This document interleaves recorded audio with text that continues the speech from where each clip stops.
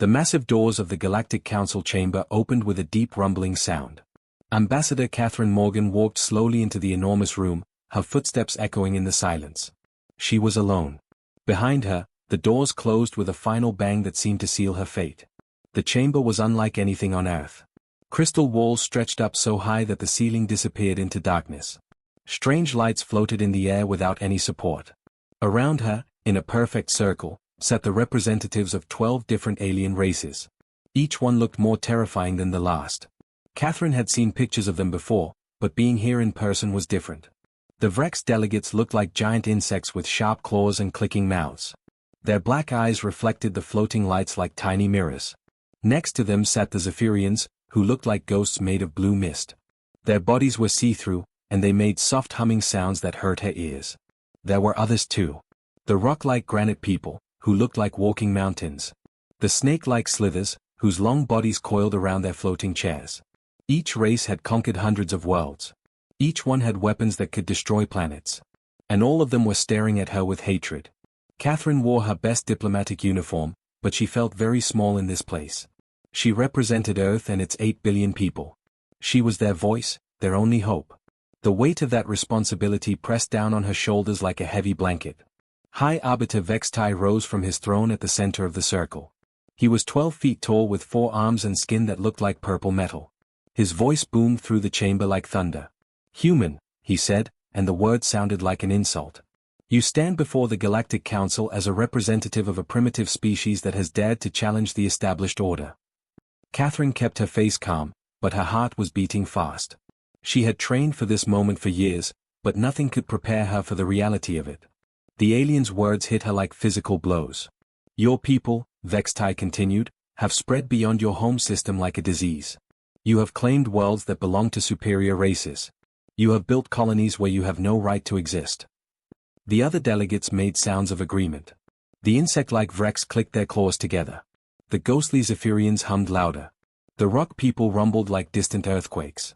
"This ends now," the High Arbiter declared. "Humanity will comply with our demands. You have exactly 72 standard hours to abandon all your territorial claims beyond the Sol system. You will return to your little blue planet and stay there forever." Catherine took a deep breath. She had expected this, but hearing it spoken out loud made it real. They wanted to trap humanity on Earth like animals in a zoo. "And if we refuse?" she asked quietly. The chamber exploded with laughter. It was not the kind of laughter humans made when something was funny. This was cruel laughter, the sound predators made before they killed their prey. The Vrex made sharp chittering sounds. The Zephyrians laughed like wind through broken glass. The rock people's laughter sounded like mountains falling down. High Arbiter Vextai raised one of his 4 hands, and the laughter stopped immediately. "If you refuse, little human, your species will face the consequences. We will blockade your system. No ships will leave or enter. No trade will happen. Your colonies will be cut off and left to die slowly." He leaned forward, his purple face growing darker. "Your people will starve on distant worlds while Earth watches helplessly.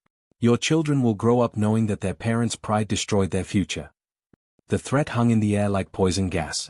Catherine could feel the hatred radiating from the alien delegates. They saw humans as insects to be stepped on, as weeds to be pulled from their perfect garden. But Catherine had a secret. She knew something these powerful aliens did not know. Something that would change everything.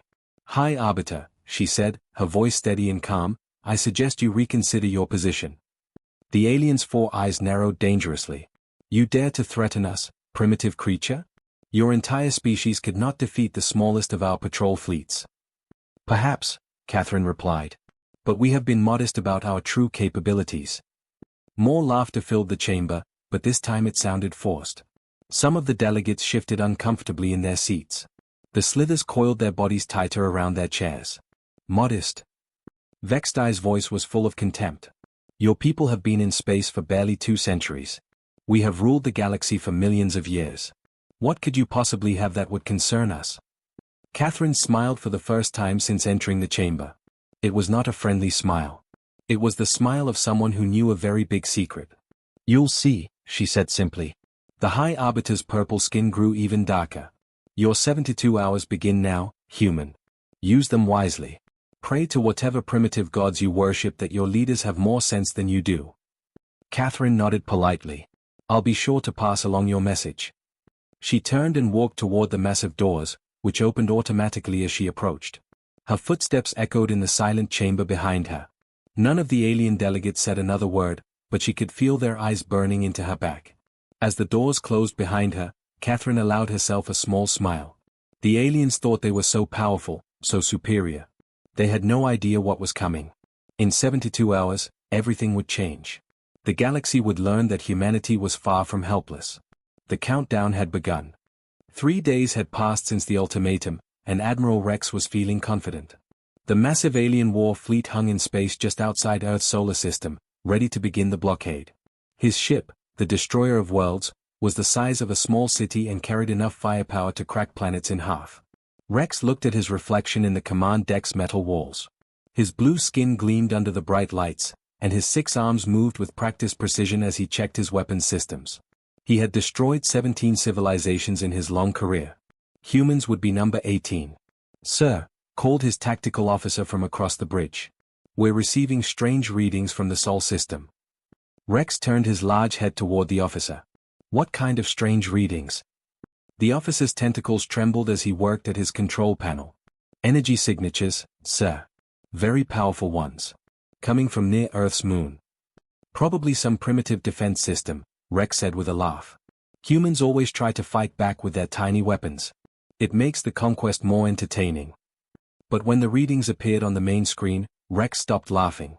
The numbers were impossible. The energy output was higher than anything he had ever seen, even from the most advanced civilizations. "Sir," the officer whispered, his voice shaking. "The readings, they can't be real." Across the galaxy, similar conversations were happening on thousands of ships. The Zephyrian fleet commanders were studying the same impossible data. The Rock People's war vessels detected energy signatures that broke their most advanced computers. Even the mighty Vrex Hegemony's battle cruisers registered readings that made no sense. On the Zephyrian command ship, Admiral Whisper floated above her control station like a blue ghost. Her translucent body flickered with worry as she watched the energy readings climb higher and higher. "Contact High Command immediately," she ordered her crew. "Something is happening near Earth that we don't understand." Meanwhile, on Earth's moon, something incredible was taking place. The surface of the moon began to crack along perfectly straight lines that had been invisible for millions of years. Dust and rock fell away in huge chunks, revealing metal underneath. The metal was dark and smooth, unlike anything humans had ever built. Dr. Margaret Wells stood in the observation deck of the Lunar Research Station, watching in amazement as the moon came apart like a puzzle being taken apart by invisible hands. She had been studying lunar geology for 20 years, but nothing in her education had prepared her for this. "It's not possible," she whispered to her assistant, Dr. Robert Chen. "The moon is solid rock. It can't be mechanical." But mechanical it clearly was. As more chunks of rock fell away, massive structures became visible underneath. They were perfectly geometric, covered in patterns that hurt the eyes to look at directly. The structures stretched for hundreds of miles in every direction. "Margaret," Robert said, his voice filled with wonder and fear, "I don't think this is human technology." "Then whose is it?" she asked. Before he could answer, the entire moon shuddered. A sound like 1,000 thunderstorms echoed through space, somehow reaching their ears despite the vacuum. The remaining rock shell cracked and fell away completely, revealing what had been hidden underneath for eons. The moon was not a moon at all. It was a ship. The biggest ship anyone had ever imagined. Admiral Rex stared at his main screen in disbelief. Where Earth's moon had been just minutes ago, there was now a vessel so large that his computers couldn't calculate its full size. The ship was dark metal covered in weapon arrays that stretched beyond the horizon. Gun ports bigger than his entire fleet dotted its surface like stars in the night sky. "Get me a size estimate," he ordered, but his voice came out as a croak. "Sir," his tactical officer replied, "the ship is approximately 4,000 kilometers long and 2,000 kilometers wide. Its mass is, sir, it's larger than most planets." Rex felt his 6 heart skip several beats. This was impossible. Humans were primitive. They had barely figured out faster than light travel. They couldn't build something like this. "What's the power output?" he asked, dreading the answer. "Sir," the officer said, his tentacles now shaking uncontrollably, "the energy signatures are off our scales. The ship is producing more power than our entire Starfleet combined." Across the galaxy, emergency meetings were being called. The High Council of the Vrex hegemony gathered in their crystal palace, clicking their mandibles nervously as they reviewed the data. The ethereal collective's greatest minds tried to understand how humans could have hidden such a massive weapon. Dr. Ilana Sereth, the Council's chief scientist, appeared as a hologram before the emergency assembly. Her usually calm demeanor was completely gone. "Honored delegates," she began, her voice shaking, "the readings we're receiving from the Sol system indicate technology that should not exist. The human vessel displays characteristics of a Class 12 civilization." Shocked gasps echoed through the assembly hall. Class 12 civilizations were theoretical. They were what species might become after millions of years of technological advancement. Humans were barely Class 3. "That's impossible," High Arbiter Vextai declared, but his voice lacked its usual confidence. "Humans have been in space for less than 2 centuries. Nevertheless," Dr. Sereth continued, "the evidence is undeniable. Somehow, humanity has access to technology that surpasses our own by several orders of magnitude." Back in space near Earth, the massive ship began to move. Despite its incredible size, it moved with grace and silence. Weapon systems that had slept for millions of years started to power up. Energy readings spiked to levels that made nearby stars seem dim by comparison. Admiral Rex watched in growing terror as the ship turned toward his fleet. He had come here to blockade a primitive world. Instead, he found himself facing something that could probably destroy his entire civilization without effort. The age of human subjugation was over before it had truly begun. Admiral James Mitchell stood on the bridge of the massive ship that had once been Earth's moon. His gray hair was perfectly neat, and his blue eyes were cold as winter ice. Around him, control panels hummed with power that could reshape galaxies. The ship's name was displayed in glowing letters above the main screen, Titan's Wrath. "Open communication channels to all alien fleets," he ordered in a calm voice. "Make sure every civilization in the galaxy can hear this message." His communications officer, a young woman named Lisa Parker, pressed several buttons on her control panel. "Channels open, sir. Every major civilization is receiving our signal." James walked to the center of the bridge and looked directly into the main camera. He wore the simple blue uniform of Earth's Space Navy, but somehow he seemed more dangerous than any alien warlord. "Attention, civilizations of the galaxy," he began, his voice carrying clearly through space to thousands of listening ships. "You wanted to see what humans are truly capable of. You called us primitive insects. You threatened to cage us on our home world like animals." He paused and smiled, but it was not a kind smile. "Allow us to provide a demonstration." Across the galaxy, alien commanders watched their screens with growing fear. Admiral Rex gripped the arms of his command chair so tightly that the metal began to bend. On the Zephyrian flagship, Admiral Whisper's ghostly form flickered with terror. Even the mighty rock people, who feared nothing in the universe, felt their stone hearts trembling. "Target selected," announced the Titan's Wrath tactical officer, Commander Sarah Williams. "The Kepler 442 system. Dead star, no life forms present. It has served as a weapons testing ground for various civilizations for the past 1,000 years." James nodded. "Perfect. Calculate firing solution for primary weapon." The dead Kepler 442 system was 27 light-years from Earth. It contained a burnt-out star that had died millions of years ago, surrounded by 6 lifeless rock planets and countless asteroids. Various alien empires had used it to test their most powerful weapons, but nothing had ever been able to completely destroy the dead star's core. "Sir," Sarah announced, "firing solution calculated. Primary weapon is ready." "All alien fleets," James said into the communication system, "are observing from what you believe is a safe distance of several light-years. I recommend you increase that distance significantly." Admiral Rex looked at his tactical display. His fleet was positioned 12 light-years from the target system, farther than any weapon in galactic history had ever reached. "Impossible," he muttered to himself. "No weapon can fire accurately across such distances." "Sir," his tactical officer whispered, "perhaps we should move farther away." "Nonsense," Rex replied, but his voice shook slightly. "We are safe at this distance." On the Titan's Wrath, James gave the order that would change galactic civilization forever. "Fire primary weapon." The ship's main gun was not visible from the outside. It was built into the very structure of the vessel, running through its entire length like a metal spine. When it fired, reality itself seemed to bend and twist. The beam that emerged was not made of light or energy or matter. It was something else entirely, something that made the laws of physics cry out in protest. The beam moved faster than light, but somehow observers could still see it traveling across space like a lance of pure destruction. It reached the dead Kepler 442 system in seconds rather than years. When it struck the burnt-out star, something impossible happened. The star did not explode. It did not collapse. It simply ceased to exist.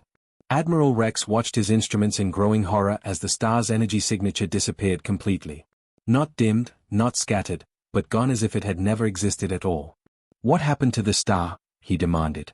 "Sir," his tactical officer replied in a voice barely above a whisper, "it's gone.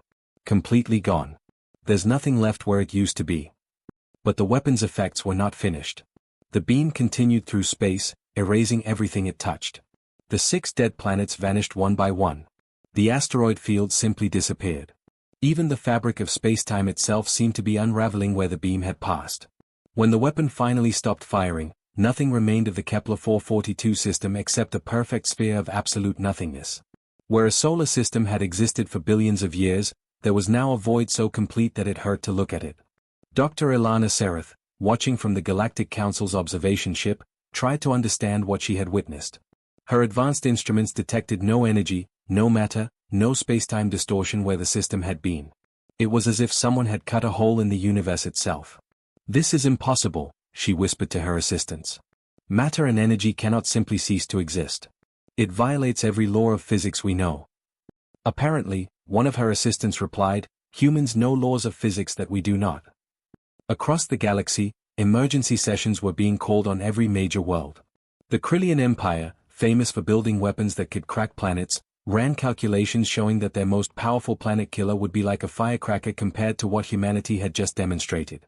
The ethereal collective, masters of energy manipulation who had learned to harness the power of stars themselves, found their mathematical models breaking down completely when trying to comprehend the human weapon's capabilities. James Mitchell's voice came through the communication channels one final time. "We trust this demonstration has been educational. Humanity wishes to coexist peacefully with all civilizations. However, any further threats against our people or our territory will be met with appropriate responses." The communication ended, leaving the galaxy in stunned silence. The balance of power had shifted in a single moment. The species they had dismissed as primitive insects had just proven they could erase solar systems from existence. The age of human dominance had begun not with conquest, but with a simple demonstration of unimaginable power. The galaxy was in panic.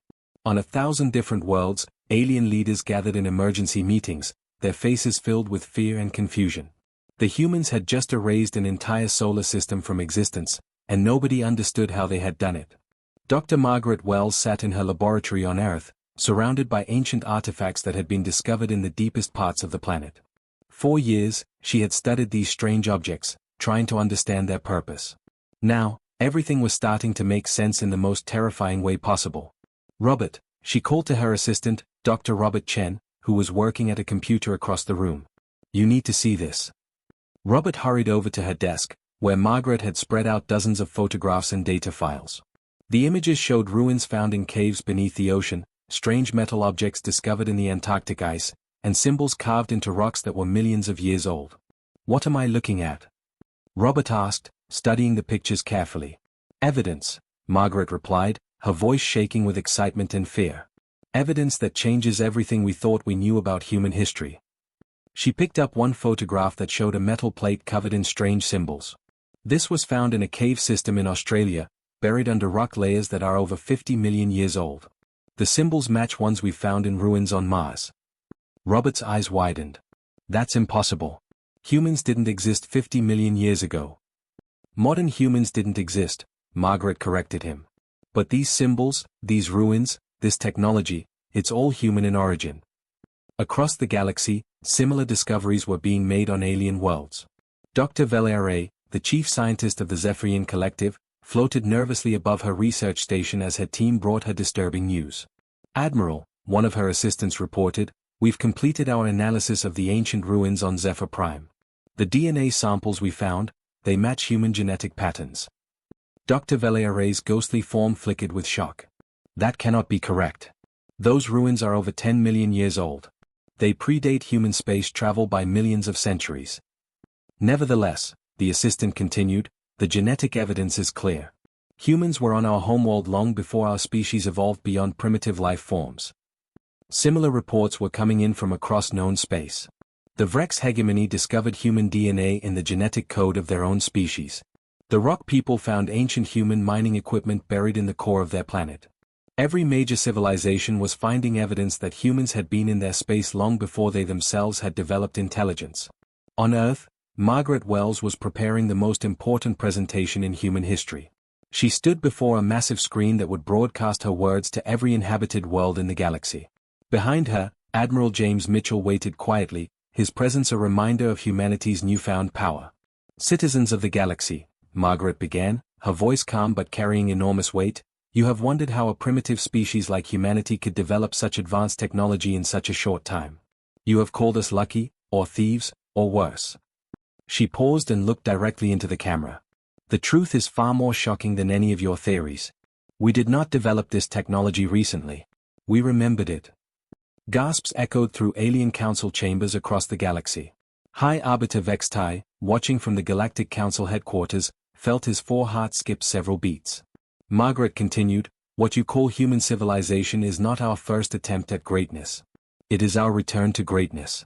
Millions of years ago, long before your species had learned to use fire, humans ruled a galactic empire that spanned countless star systems. Evidence began appearing on screens throughout known space. Star charts showing human settlements in distant galaxies. Archaeological data from ruins found on alien homeworlds. Genetic analysis proving human influence in the development of dozens of species. The empire fell, Margaret explained, not to war or disaster, but to something far more mysterious. Our ancestors chose to forget. They scattered themselves across the galaxy, hiding their technology and their knowledge, waiting for the time when humanity would be ready to remember. Dr. Ilana Sereth, the Council's chief scientist, was reviewing the data with growing horror. Every piece of evidence pointed to the same impossible conclusion. Humans were not the young species everyone believed them to be. They were the galaxy's elder race, the forgotten ancestors of galactic civilization. The moon ship, Margaret continued, was one of many hidden throughout human space. Not a weapon built in secret, but an ancient guardian awakening after eons of sleep. Our recent expansion into space, our rapid technological development, these were not accidents. They were the natural result of a species returning to its birthright. She gestured to a display showing astronomical phenomena throughout the galaxy. Those dead zones you cannot explain, where stars once burned but now only emptiness remains. Those are the scars of ancient human weapons, fired in conflicts so old that their echoes have become part of the cosmic background radiation. The revelation hit the galaxy like a physical blow. Civilizations that had considered themselves ancient and powerful suddenly realized they were children playing with toys their human ancestors had discarded. The Vrex hegemony's million-year history seemed like yesterday compared to humanity's true age. The ethereal collective's mastery of energy was revealed as elementary compared to technologies humans had forgotten and were now remembering. On the bridge of Titan's Wrath, Admiral Mitchell watched as alien fleets across the galaxy powered down their weapons and began broadcasting surrender signals. The demonstration of power had been shocking, but the revelation of humanity's true nature was devastating to alien morale. Sir, his communications officer reported, we're receiving surrender messages from over 300 alien fleets. The Vrex hegemony is requesting immediate peace negotiations. The rock people are offering to share their mineral resources. James nodded calmly. Tell them we'll consider their offers. But first, they need to understand the new reality. The galaxy had awakened its sleeping gods, and those gods were not pleased with how their children had behaved in their absence. The surrender came not with grand ceremonies or formal declarations, but with the quiet desperation of children realizing they had angered their parents. Across the galaxy, military commanders who had never known defeat powered down their weapons and sent humble messages begging for mercy. Admiral Rex sat in his command chair, staring at the communication device in his 6 hands. His massive war fleet, which had terrorized 100 worlds, now floated helplessly in space like toys abandoned by a child. The message he was composing would be the most difficult of his long military career. To the human command, he dictated slowly, his voice cracking with each word, the Vrex hegemony formally requests mercy. We acknowledge our errors and submit to human authority. It hurt him to say those words. He had been a proud warrior for 3 centuries, conquering entire star systems in the name of Vrex superiority. Now he was begging for his life from a species he had considered insects just days ago. Similar messages were being sent from across known space. The ghostly Zephyrians broadcast their submission using frequencies they had never shared with outsiders. The mighty rock people, who had never bowed to anyone, transmitted offers to mine precious metals for their human masters. Even the proud ethereal collective offered to reveal scientific secrets they had guarded for millions of years. On Earth, Ambassador Catherine Morgan found herself in a very different position than she had been just a week ago. The same massive doors of the Galactic Council chamber opened for her, but this time she did not walk alone. Behind her came a delegation of human representatives, each one carrying themselves with the quiet confidence of a species that had just reclaimed their birthright. The chamber itself had changed. Where once alien delegates had sat in elevated positions looking down at her, now they knelt on the crystal floor. Their proud thrones had been abandoned, replaced by simple mats where they waited in positions of submission. High Arbiter Vextai, who had spoken so arrogantly just days before, now kept his forearms folded respectfully and his eyes lowered. When Catherine entered, he did not dare to look directly at her. "Ambassador Morgan," he said quietly, his booming voice now barely above a whisper, "the Galactic Council formally recognizes the authority of the human species. We request, we beg, for the right to continue existing." Catherine looked around the chamber at the kneeling representatives of 12 powerful civilizations. Each one had commanded fleets that could destroy planets. Each one had ruled over billions of subjects. Now they waited like scolded children, hoping their ancient parents would not decide to punish them too harshly. "Rise," Catherine said simply. "We do not want you to kneel." The alien delegates slowly stood, but they kept their heads bowed respectfully. The insectoid Vrex clicked their claws nervously. The ethereal Zephyrians flickered like candle flames in the wind. Even the massive rock people seemed smaller somehow. Catherine walked to the center of the chamber where she had stood alone just a week ago. Now the space felt different, charged with the knowledge of humanity's true nature. "The human species," she announced, her voice carrying clearly through the vast space, "does not seek your submission or your fear. We seek coexistence and mutual respect." A collective sigh of relief echoed through the chamber. High Arbiter Vextai dared to look up for the first time. "However," Catherine continued, and the aliens tensed again, "there must be understanding between us. Humanity is not the young, primitive species you believed us to be. We are your elders, returning to a galaxy we once shepherded. You will treat us with the respect due to those who walked between stars when your worlds were still cooling from their formation." Dr. Ilana Sereth, who had been studying human technology for years, stepped forward with trembling limbs. "Ambassador Morgan, we understand now. Our archaeological teams have found evidence of human presence on our homeworlds dating back millions of years. We are honored to welcome our ancestors back to the galaxy." Catherine nodded. The ancient human empire chose to step back and allow younger species to develop naturally. We scattered ourselves, hid our technology, and waited. Now we have returned, not as conquerors, but as guardians. The transformation of galactic civilization happened with shocking speed. Trade routes that had been closed to humanity for centuries opened overnight. Alien species that had viewed humans as primitive insects now competed to offer them the best trading deals and scientific partnerships. On the Titan's Wrath, Admiral James Mitchell reviewed reports from across human space. Colonial worlds that had faced alien blockades were now receiving apology delegations bearing gifts. Human merchants found themselves welcome on worlds that had banned them just days ago. "Sir," his communications officer reported, "we're receiving requests from over 50 alien governments asking for permission to establish embassies on Earth. They're offering tribute payments and technology exchanges." James smiled as he looked out at the stars through the bridge's main window. "Tell them we appreciate their offers, but we prefer partnerships to tribute. Schedule meetings with their ambassadors. It's time to begin building a better galaxy." The changes were not limited to politics and trade. Alien universities began offering courses in ancient human history. Archaeological expeditions were launched to study human ruins found throughout the galaxy. Scientists who had spent their careers studying alien technology suddenly found themselves trying to understand artifacts left by humanity's forgotten empire. Dr. Margaret Wells, now recognized as the galaxy's leading expert on ancient human civilization, found herself overwhelmed with requests for information. Alien scholars traveled across the galaxy just to attend her lectures about humanity's true history. "The most remarkable thing," she told a gathering of alien scientists on the research station orbiting Earth, "is not what our ancestors built, but what they chose to leave behind. They had the power to rule forever, but they chose to step aside and let others grow." As the months passed, a new order emerged in the galaxy. Humans took their place not as conquerors, but as wise elders guiding younger species. The age of fear and conquest was ending, replaced by an era of cooperation and shared knowledge. Catherine Morgan's final log entry as Earth's ambassador read simply, "Today, the children of the galaxy finally came home to find their parents waiting with open arms. The universe is a little less lonely now."